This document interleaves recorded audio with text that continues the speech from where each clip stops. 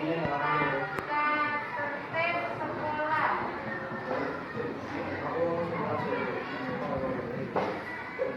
Yang ketiga, yang paling banyak melaksanakan jadwal tiket tanggung jawab quiz. Melaksanakan jadwal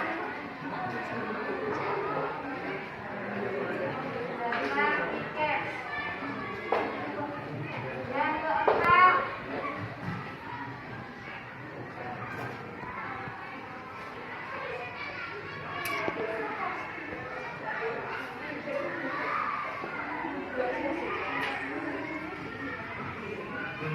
berseragam rapi dan disiplin. Yang kelima, kamu bisa berapa kesepakatan yang harus kamu buat? Semakin banyak semakin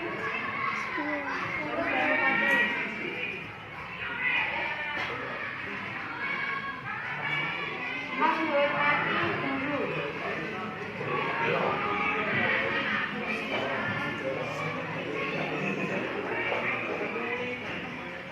Yang keenam,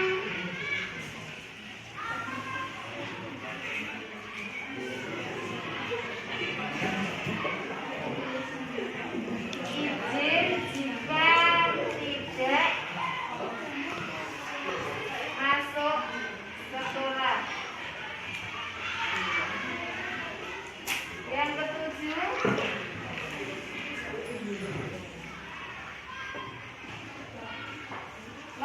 mengumpulkan tugas tepat waktu.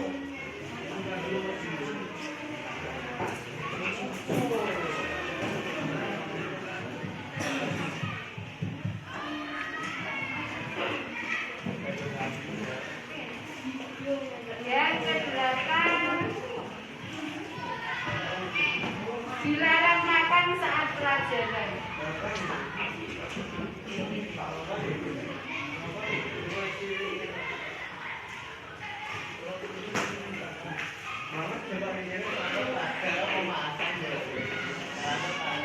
Yang sembilan, menjaga kebersihan kelas.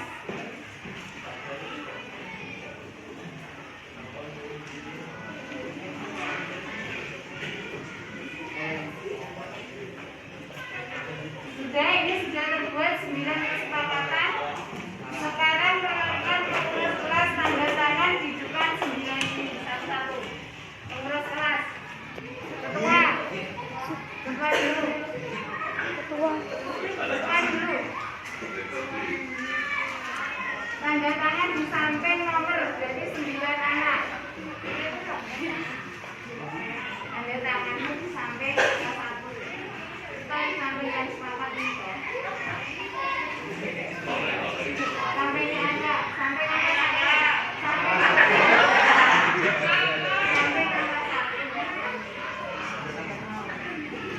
Panggil ketuanya.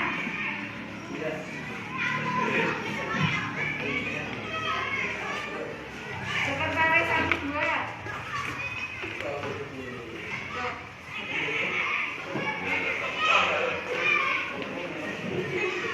Di samping angka 3 teman.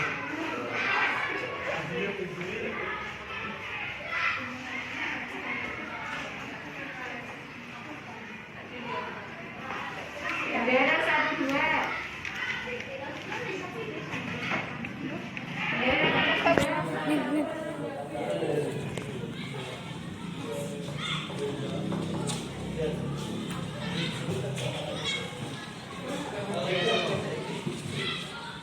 Pengurus seksi berikutnya, upacara pembersihan. Ayo maju.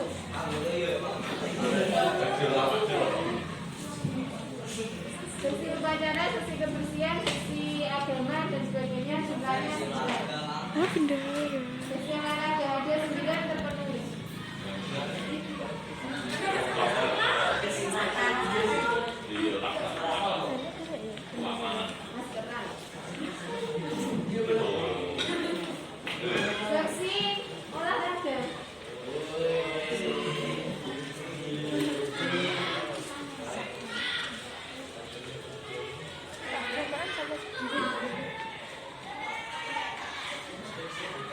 Masih kurang sesi upacara. Ada satu lagi.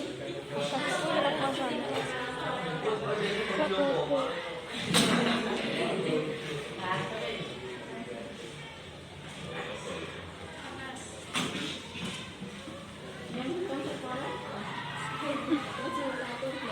Perwakilan siswa satu.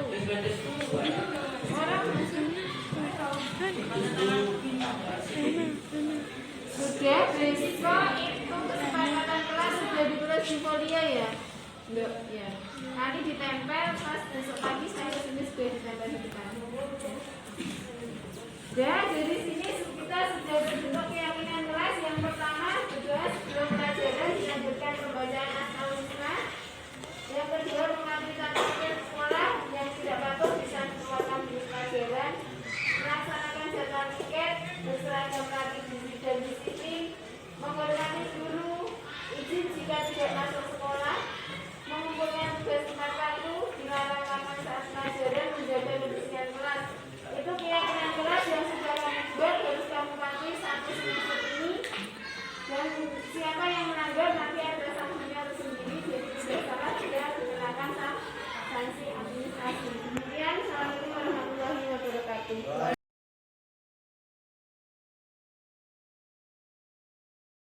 Dakwah sebagai seorang guru menurut program penggerak kita harus menggunakan kelas karena kelas sebagai sebuah keyakinan kelas yang harus diterapkan dalam kelas dan dipakai oleh wabarakatuh. Selamat pagi. Terima kasih waktu yang diberikan. Pada kesempatan ini saya akan memaparkan tentang modul guru penggerak. Yang pertama tentang filosofi pendidikan Ki Hajar Dewantara. Yang kedua, nilai dan peran guru penggerak. Yang ketiga, visi guru penggerak. Yang keempat, budaya positif.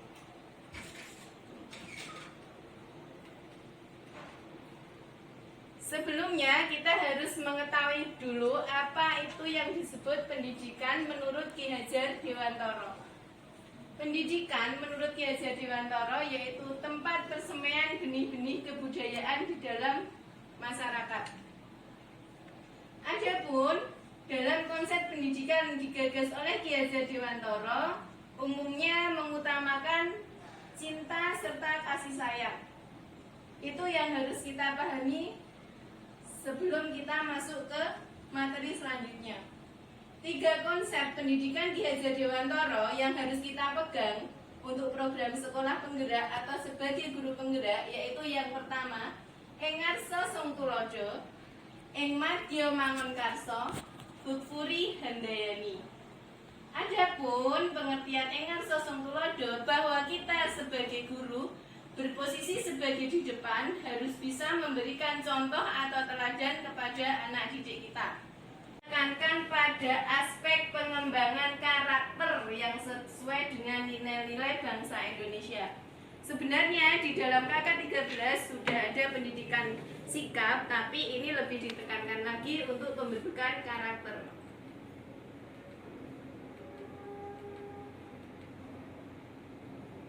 Selanjutnya, dalam proses pendidikan Ki Hajar Dewantara menekankan 3 hal utama, yaitu pertama, melatih panca indera, kehalusan budi pekerti, dan kecerdasan. Menurut beliau, pendidikan harus seimbang antara cipta, rasa, dan karsa. Mengedepankan kemerdekaan belajar, pendidikan harus holistik dan seimbang agar terjadi kesempurnaan budi pekerti yang membawa anak pada kebijaksanaan sehingga melahirkan insan-insan yang bijaksana. Itu yang dimaksud dengan tri pusat pendidikan menurut Ki Hajar Dewantara, yaitu pendidikan di lingkungan keluarga, pendidikan di lingkungan perguruan, pendidikan di lingkungan masyarakat. Bahwa pendidikan itu ada dalam 3 lingkungan yang dimaksud dengan trikon menurut Ki Hajar Dewantara. Pada intinya, Trikon Pendidikan juga untuk membentuk profil pelajar Pancasila. Setelah kita masuk ke filosofi Ki Hajar Dewantara, kita harus tahu nilai dan peran kita sebagai guru. Dalam program penggerak atau sekolah penggerak, guru mempunyai 5 peran, yaitu mandiri, nilai-nilai penggerak nggih, guru harus mandiri, reflektif, inovatif, kolaboratif, berpihak pada murid. Yang dimaksud dengan mandiri, seorang guru harus bisa menentukan atau memecahkan masalah di dalam permasalahan dalam kelas pembelajaran. Reflektif, bisa mengikuti perkembangan pada diri siswa. Misalnya diri siswa menghendaki seperti apa, kita harus mampu mengikuti kemauan siswa sepanjang kemauan tersebut tidak melebihi aturan yang ada. Yang ketiga, inovatif. Seorang guru harus berinovasi untuk mengembangkan media pembelajaran supaya siswa tidak merasa jenuh, supaya siswa merasa nyaman. Yang keempat, kolaboratif. Kita seorang guru harus bisa berkolaborasi dengan teman untuk menciptakan suasana pembelajaran atau media pembelajaran, alat ajar yang bisa menarik buat anak didik. Nilai yang kelima adalah berpihak pada murid. Karena di sini berpihak pada murid, untuk guru penggerak, guru harus menghamba pada murid. Kita tidak boleh mendeteksi kamu harus gini, tidak boleh. Kita harus menghamba pada murid, itu yang dimaksud berpihak kepada murid. Selanjutnya, dalam penerapan nilai dan peran kita di sini dalam penggerak menerapkan inquiry apresiatif yang dikenal sebagai pendekatan manajemen perubahan kolaboratif yang berbasis kekuatan. Di dalam inquiry apresiatif menggunakan prinsip utama psikologis positif dan pendidikan positif. Pendidikan inquiry apresiatif percaya bahwa setiap orang memiliki inti positif yang dapat memberikan kontribusi pada keberhasilan inti positif ini untuk memberikan aset atau dalam suatu organisasi. Nah, dalam sekolah penggerak atau program penggerak dikenal dengan istilah bagja. Sebelum kita mengajar, kalau dulu kita kan harus menerapkan rencana pembelajaran. Kalau sekarang kita membuat sebuah modul. Dalam modul kita harus menerapkan bagja. Yang dimaksud bagja yaitu pertama, kita harus membuat pertanyaan. Pertanyaan apa yang nanti bisa muncul di saat kita melakukan pembelajaran. Yang kedua yaitu ambil pelajaran. Yang ketiga, gali mimpi. Berarti seorang guru bisa bermimpi seperti murid saya akan saya buat seperti apa, dengan cara kita yang memerdekakan siswa. Yang ketiga, jabarkan rencana. Setelah kita buat pertanyaan, ambil pelajaran, gali impian, kita membuat sebuah rencana ke depan. Setelah banyak impian, dibuat perencanaan yang kita susun dalam modul pembelajaran.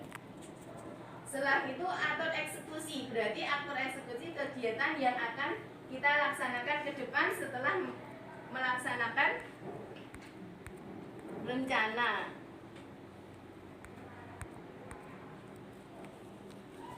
Selanjutnya untuk modul 1. Tapi yang harus ditekankan di sini adalah budaya positif. Karena apa? Untuk guru penggerak sendiri atau sekolah penggerak sendiri harus bisa menciptakan budaya positif di sekolah. Karena sebuah budaya positif di sekolah merupakan nilai-nilai keyakinan dan kebiasaan-kebiasaan di sekolah yang berpihak kepada siswa. Intinya kita menghamba, intinya menuntun. Itu Ki Hajar Dewantara itu mengenai kita menuntun, manut, berpihak pada siswa agar siswa dapat tumbuh dan berkembang menjadi pribadi yang bertanggung jawab, kritis dan penuh hormat. Kita harus mengenal 5 kebutuhan dasar manusia. Yang pertama, kebutuhan untuk bertahan hidup, survival. Berarti siswa itu mempunyai pertama kebutuhan hidup. Di antaranya seorang siswa mempunyai kebutuhan cinta dan kasih sayang. Ketiga, kebebasan. Keempat, kesenangan. Dan kelima, kekuasaan atau penguasaan. Siswa itu kita harus di dalam menerapkan budaya positif, kita mengenal kebutuhan dasar siswa itu sendiri. Misalnya, siswa itu berarti aktif, berarti dia minta apa yang dia inginkan, apakah kasih sayang, apakah kebebasan, apa dia ingin menguasai gurunya. Biasanya kalau siswanya blablak itu ingin perhatian atau penguasaan terhadap guru, itu bisa nanti digali dalam segitiga restitusi atau kita sebagai seorang guru. Selanjutnya, sebagai seorang guru kita hanya punya posisi kontrol. Intinya yang posisi kontrol pertama yaitu penghukum. Guru maksudnya di sini penghukum yang mendidik, tidak boleh melakukan kekerasan. Penghukum yang membuat siswa itu menjadi berkembang dalam dirinya, tumbuh dalam dirinya untuk memperbaiki dirinya sendiri. Tuh, yang kedua, pembuat orang bersalah. Misalnya ada anak merasa melakukan kesalahan, kita hanya gini, kenapa kamu begitu? Berarti kita akan membuat siswa itu, oh ya saya bersalah. Itu berarti yang posisi kontrol. Yang kedua, pembuat orang bersalah. Yang ketiga, dalam menyelesaikan masalah, misalnya kita bertindak sebagai teman. Contohnya misalnya ada masalah, ayo kita bicarakan bersama. Apa permasalahannya sebetulnya, kok kamu begini? Apa didekatkan, misalnya didekati, apa keluhan kamu? Kenapa kamu tidak mengerjakan tugas? Kenapa kamu jarang berangkat sekolah? Itu kita sebagai teman. Oh, di sini ada pertanyaan? Sampai sini? Tidak. Ya, kalau tidak saya lanjutkan. Yang keempat adalah sebagai pemantau. Sebagai pemantau, guru juga harus dalam pembelajaran di dalam kelas harus memantau siswa. Jangan fokus pada materi. Apakah siswanya tidur, apakah siswanya bermain, apakah siswanya memperhatikan apa tidak, harus dipantau dengan betul-betul. Setelah 5 posisi kontrol, kita sebagai seorang guru penggerak dalam sekolah penggerak harus menerapkan segitiga restitusi. Apa atau segitiga restitusi? Segitiga restitusi adalah proses kolaboratif yang mengutamakan fokus pada solusi untuk setiap masalah yang ada dan membantu murid berpikir tentang orang seperti apa yang mereka inginkan, bagaimana harus memperlakukan orang lain. Ya seperti tadi hampir sama dengan posisi kontrol. Tapi dalam segitiga restitusi ini hanya memunculkan siswa yang ada pada diri siswa. Saya pengen berubah itu siswanya, guru hanya menekankan. Karepmu piye to, misalnya kamu inginnya bagaimana? Kamu sebagai seorang guru mengikuti kemauan siswa dan siswa sendiri yang ingin berubah, bukan kita yang mendorong terus menerus itu. Kalau posisi kontrol kita harus mendorong terus menerus siswa itu untuk berubah. Kalau segi restitusi tidak. Setelah kita menegur, mengarahkan, siswa itu diamati berulang apakah berubah dengan sendirinya, seperti itu. Yang banyak digunakan dalam sekolah penggerak banyak menggunakan yang segitiga restitusi. Karena kalau yang 5 posisi kontrol itu banyak yang ada siswa yang merasa tertekan dan bagaimana itu sudah tidak diperbolehkan dalam mewujudkan merdeka belajar. Ciri-ciri restitusi, yang pertama, restitusi bukan untuk menebus kesalahan, namun untuk belajar dari kesalahan. Nah, siswa itu belajar dari kesalahannya untuk memperbaiki dirinya. Yang kedua, restitusi memperbaiki dan gagasan. Guru mempunyai peran penting untuk menciptakan ide dalam proses pembelajaran.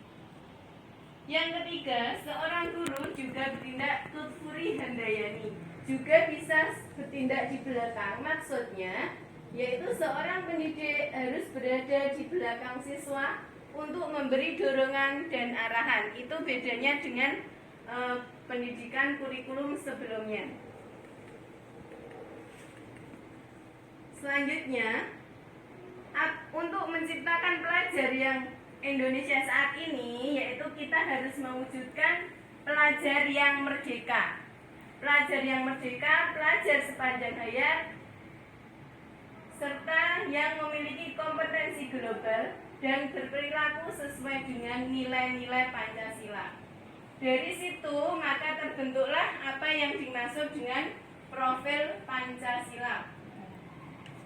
Profil Pancasila di sini ada 6 profil, yaitu bertakwa kepada Tuhan Yang Maha Esa, berkebinekaan global, bergotong royong, mandiri, bernalar kritis, dan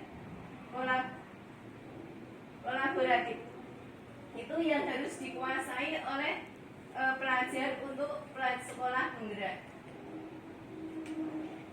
Dan yang utama yang dimaksudkan dengan Merdeka Belajar merupakan sebuah gagasan yang membebaskan para guru dan siswa dalam menentukan sistem pembelajaran. Dalam sekolah penggerak tidak ada istilah untuk mencapai sebuah ulangan, misalnya tidak mengerjakan tugas banyak. Bagaimana kamu mau bersikap untuk menyelesaikannya? Itu sebuah sebuah tawaran, berarti menawarkan solusi bagi siswa tersebut. Selanjutnya, restitusi menuntut untuk melihat ke dalam diri. Kita sebagai guru menuntut melihat dalam dirinya. Sebenarnya itu kamu pandai, cuma kamu kurang rajin, dan seperti itu digali dari diri siswa itu sendiri. Yang kelima, restitusi mencari kebutuhan dasar. Yang tadi 5 kebutuhan dasar tadi, kebutuhan dasar manusia, ingin disayang, penguasaan, dan ingin diperhatikan, seperti itu. Dan restitusi diri. Kalau restitusi diri itu kita melihat pada diri kita sebagai seorang guru, apakah kita sudah memberi contoh. Restitusi menguatkan, kita sebagai pendidik atau seorang guru menguatkan, misalnya siswa, Bu, karena saya belum membuka tugas, misalnya saya mengerjakan ini boleh, selama itu sesuai apa yang ada, kita harus oh iya boleh, tapi kan kita harus mempertegas, menguatkan apa kemauan siswa. Selanjutnya, restitusi fokus pada solusi. Misalnya kita punya masalah, kamu belum ulangan, kamu harus ulangan, tapi dengan halus, tidak boleh dengan paksaan. Selanjutnya, restitusi mengembalikan kepada kelompoknya. Misalnya kita berkelompok, berarti kita harus mampu menjadikan seorang pribadi siswa, misalnya tidak diterima di kelompoknya, harus mau menjadi kelompok tersebut lagi. Itu dalam segitiga restitusi. Kalau gambarnya seperti ini, gambar segitiga restitusi. Nanti kita sebagai guru harus mengenal semua untuk sekolah penggerak ke depan. Kita kelas 8 dalam segitiga restitusi itu ada 3. Yang pertama itu validasi tindakan yang salah, seperti itu. Ada menanyakan keyakinan, menstabilkan identitas, gitu.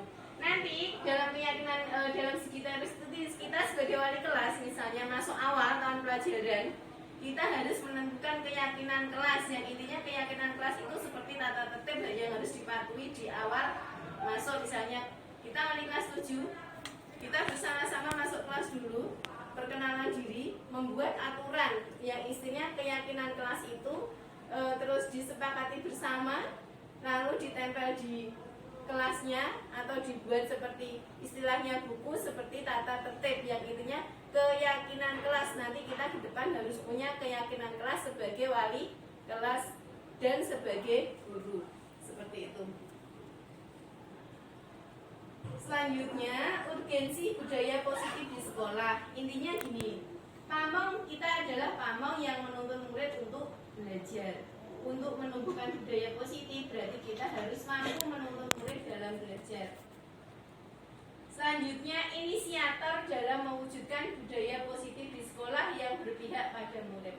Kita kan guru, berarti berinisiatif. Oh, aku misalnya ada murid yang tidak pakai seragam. Oh, dipanggil, kenapa kamu tidak pakai seragam, alasannya kenapa, dan kita bisa mencari solusinya. Yang ketiga, budaya sekolah berdampak baik pada pengembangan karakter murid.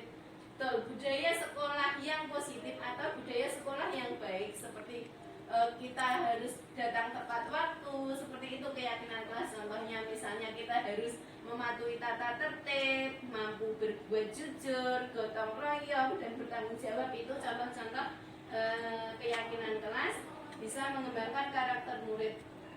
Selanjutnya, peran sekolah sebagai institusi pembentukan karakter. Di dalam sekolah misalnya menanamkan disiplin positif pada murid. Ininya gini, dalam sekolah yang sering digunakan adalah segitiga restitusi atau restitusi, yaitu menanamkan disiplin positif. Restitusi membantu murid menjadi lebih memiliki tujuan, disiplin positif, dan memulihkan dirinya setelah berbuat salah.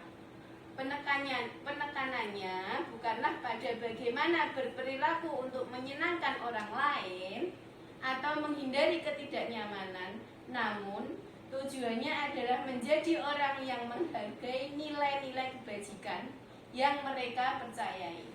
Sebelumnya kita telah belajar tentang teori kontrol bahwa pada dasarnya kita memiliki motivasi intrinsik, begitu pula dengan seorang murid. Dalam mencapai visi sekolah atau guru memiliki peran penting, yaitu dengan mewujudkan budaya positif di kelas, diawali dengan pembentukan keyakinan kelas tadi, dengan cara membuat kesepakatan kelas atau keyakinan kelas tadi. Dalam hal membuat kesepakatan kelas atau keyakinan kelas, istilahnya sama, guru senantiasa menegaskan budaya positif yang disepakati dan menjauhkan hukuman atau pemberian hadiah. Saya gini, pemberian hadiah. Misalnya ada anak berprestasi, kamu memberi hadiah atau iya kamu paling pintar, kamu paling bagus, itu tidak boleh. Karena dengan pemberian seperti itu berarti akan membuat anak yang lain merasa rendah diri. Itu dengan pemberian hadiah, dengan pemberian seperti perhatian yang lebih, itu tidak boleh. Lalu sebagai rujukan untuk pembiasan positif. Ya, inilah adalah hubungan. Yang pertama, ciptakan budaya ajar yang menciptakan budaya positif dengan kontrol dulu dan disiplin positif. Demikian pemaparan saya tentang pembelajaran modul 1. Yang pertama dengan filosofi Ki Hajar Dewantara, peran dan nilai guru penggerak, visi guru penggerak, dan budaya positif.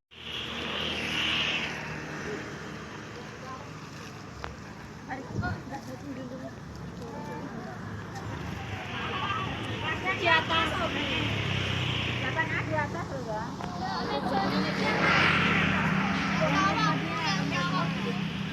Iki untuk dijabuti kanan jeruk. Yang membuatnya dijabuti.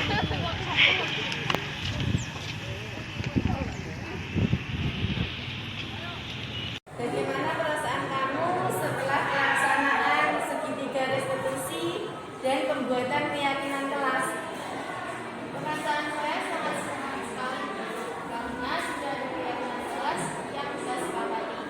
Jadi semua patuh dan tertib pada aturan yang telah disepakati dan suasana belajar bergembira.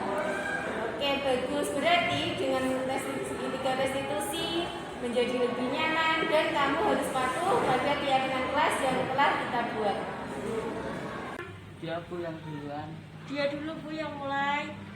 Kok dia dulu? Jadi siapa tadi yang mulai dulu? Masalahnya apa? Dia mau pinjam buku aku tuh, tapi dia enggak. Dia bilang tadi. Aku hanya mau meminjamnya Bu. Kalau pinjam buku ya harus bilang, iya toh? Tadi kamu dibilangin tapi nggak tahu, tahu nggak? Enggak, dia langsung ngambil buku aku. Oh gitu. Oh ya sudah, kan apa sekarang cuma permasalahannya pinjam buku. Sekarang kamu jangan menyalahkan. Ayo, sekarang kalian minta maaf.